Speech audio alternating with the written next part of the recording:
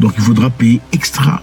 La maison vous appartient, d'accord? C'est fully paid, vous avez tout payé. Mais vous allez payer à la fin de chaque mois parce que vous n'y habitez pas. Donc toutes les personnes qui avaient la barre, généralement, c'était des gens qui avaient de l'argent à dépenser. C'était pas pour tout le monde. Et aussi en Angleterre, on s'en souvient, l'Angleterre, en France, Ireland, ils avaient aussi ce qu'ils appelaient taxe pour fenêtre. Donc pour avoir une fenêtre, on sera taxé pour ça. Si vous en avez 8, vous allez payer l'argent pour chaque fenêtre. Fenêtre, taxe, fenêtre, taxe, fenêtre, taxe. Alors, à Nairobi, on est en train de faire un combat très intéressant. En fait, laissez-moi vous demander, dans votre pays, on paye des taxes? On paye les taxes chez vous ou pas? Je sais qu'en Afrique, généralement, pour se faire taxer, ou les impôts, si vous préférez, ça dépend.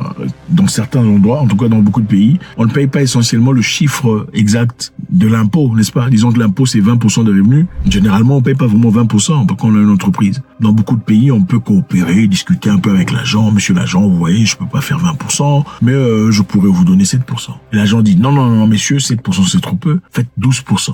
Bon, très souvent, ça passe aussi sous les baobabs, personne ne le reconnaît. Maintenant, à Nairobi, il y a un nouveau taxe, taxe sur chat. Il y a une grande population de chats à Nairobi. Alors, pour ça, on veut pousser la population de réclamer ou d'éventuellement signaler leur animal de compagnie. Pour chaque chat, il faut payer 200 shillings par chat, désormais. Ça s'appelle le cat tax ou le taxe de chat à Nairobi. Donc, il faut enregistrer son animal, il faut avoir une licence annuelle pour son animal, une carte de vaccination et aussi, il faut s'assurer de surveiller son chat, il faut s'assurer que le chat ne fasse pas beaucoup trop de bruit, il faut s'assurer que le chat ne parte pas se trimballer dans les quartiers, toute une supervision pour son chat. Et l'objectif, évidemment, c'est de garder la population des chats en contrôle. C'est fou, hein? En effet, au Kenya, il y a quelque temps, je ne sais pas si vous vous en souvenez, il y avait une lutte très dure. Beaucoup de gens ont perdu leur vie parce que le Kenya avait voté une loi sur les taxes, les impôts. Il fallait placer des impôts sur les pads sanitaires, comment vous appelez ça, bandes hygiéniques, les taxes sur les traitements de cancer, taxes sur pain, taxes sur sel, taxes sur huile.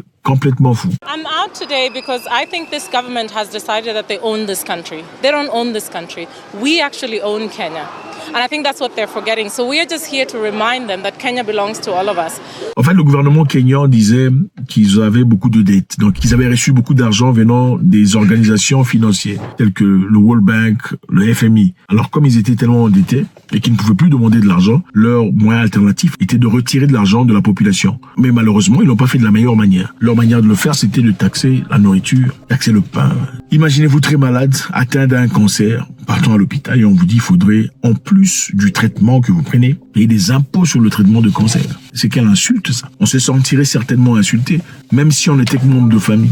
Tu emmènes ton frère à l'hôpital, il faut payer l'argent de traitement. Pour finalement être confronté à des taxes pour bandes hygiéniques, taxes pour brosse à dents, taxes pour pâte dentifrice. Beaucoup de Kenyans pensaient que le Kenya avait assez d'argent. Et en diminuant les dépenses gouvernementales, en empêchant les membres du gouvernement de dépenser de l'argent de manière sordide, ils pourraient facilement récupérer beaucoup d'argent qu'ils perdaient sans s'en rendre compte. En évitant la corruption, en structurant les choses correctement, on n'aurait clairement pas besoin de retirer de l'argent de la population en leur imposant des taxes absolument banales. Alors, après avoir lutté sérieusement contre le gouvernement dans cette histoire de taxes, essayant de régulariser leur vie, beaucoup de jeunes Kenyans ont perdu leur vie, essayant de combattre ce système sordide. Aujourd'hui, le gouvernement kenyan revient avec un bill, une proposition de loi, taxe sur chat. Le Kenya a beaucoup de chats. Il y en a énormément. Et pour certains experts, l'objectif est de réguler la population des chats dans le pays. Et pour ça, si tu veux ton chat, il faudra payer les taxes.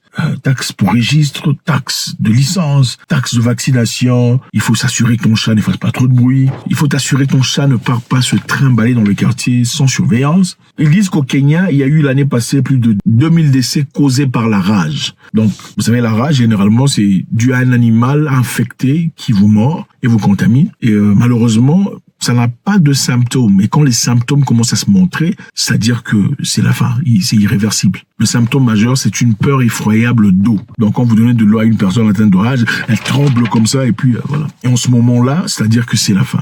Il n'y a plus rien à faire. On peut malheureusement pas vous montrer les images, il faut regarder sur YouTube.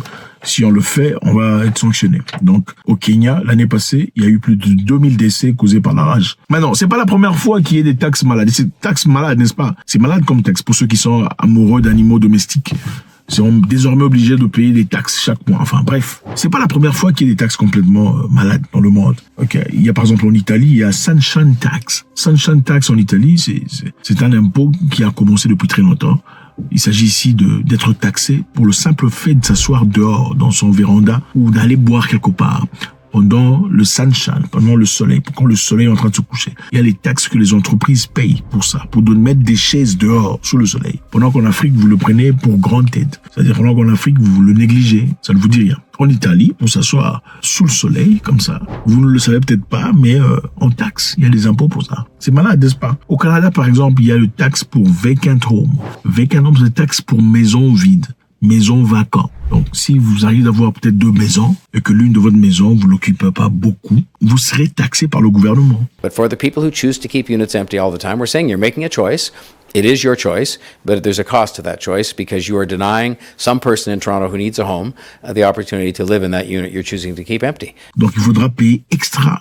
La maison vous appartient, d'accord? C'est fully paid. Vous allez tout payer. Mais vous allez payer à la fin de chaque mois parce que vous n'y habitez pas. C'est fou, n'est-ce pas?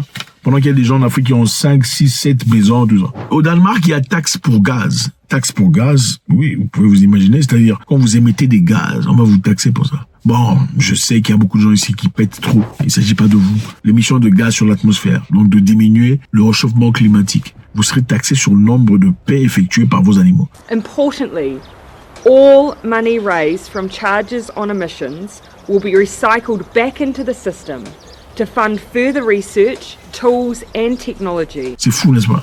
C'est malade. Et en Russie, d'ailleurs, ça ne s'arrête pas là. Dans les années 1800, il y avait une taxe très intéressante, taxe sur barbe. Donc, Alexandre de Grete, à l'époque, n'aimait pas trop la barbe faciale. Et toute personne qui voulait garder la barbe devrait payer les impôts pour la barbe. Taxe extra pour la barbe. Donc, toutes les personnes qui avaient la barbe, généralement, c'était des gens qui avaient de l'argent à dépenser. C'était pas pour tout le monde. Et aussi en Angleterre, on s'en souvient, l'Angleterre, en France, Ireland, ils avaient aussi ce qu'ils appelaient taxe pour fenêtre. Donc, pour avoir une fenêtre, on sera taxé pour ça. Si vous en avez 8, vous allez payer l'argent pour chaque fenêtre. Fenêtre, taxe. Fenêtre, taxe. Fenêtre, taxe. Donc, c'est ça. C'est la raison pour laquelle aujourd'hui, vous voyez beaucoup de maisons dans des vieilles maisons, en tout cas. Vous verrez, apparemment, c'est une fenêtre, mais c'est rempli par des briques. C'est ça l'objectif. C'est parce que la personne ou la propriétaire de la maison était incapable de payer les taxes pour la fenêtre. Il avait donc fallu choisir quelle fenêtre fermer pour pas payer ces taxes-là. Donc, avoir une fenêtre, c'était extraordinaire à l'époque en Angleterre. La fenêtre pour avoir du vent, pour avoir un peu de soleil. Nous savons qu'on a besoin de vent et de soleil pour avoir une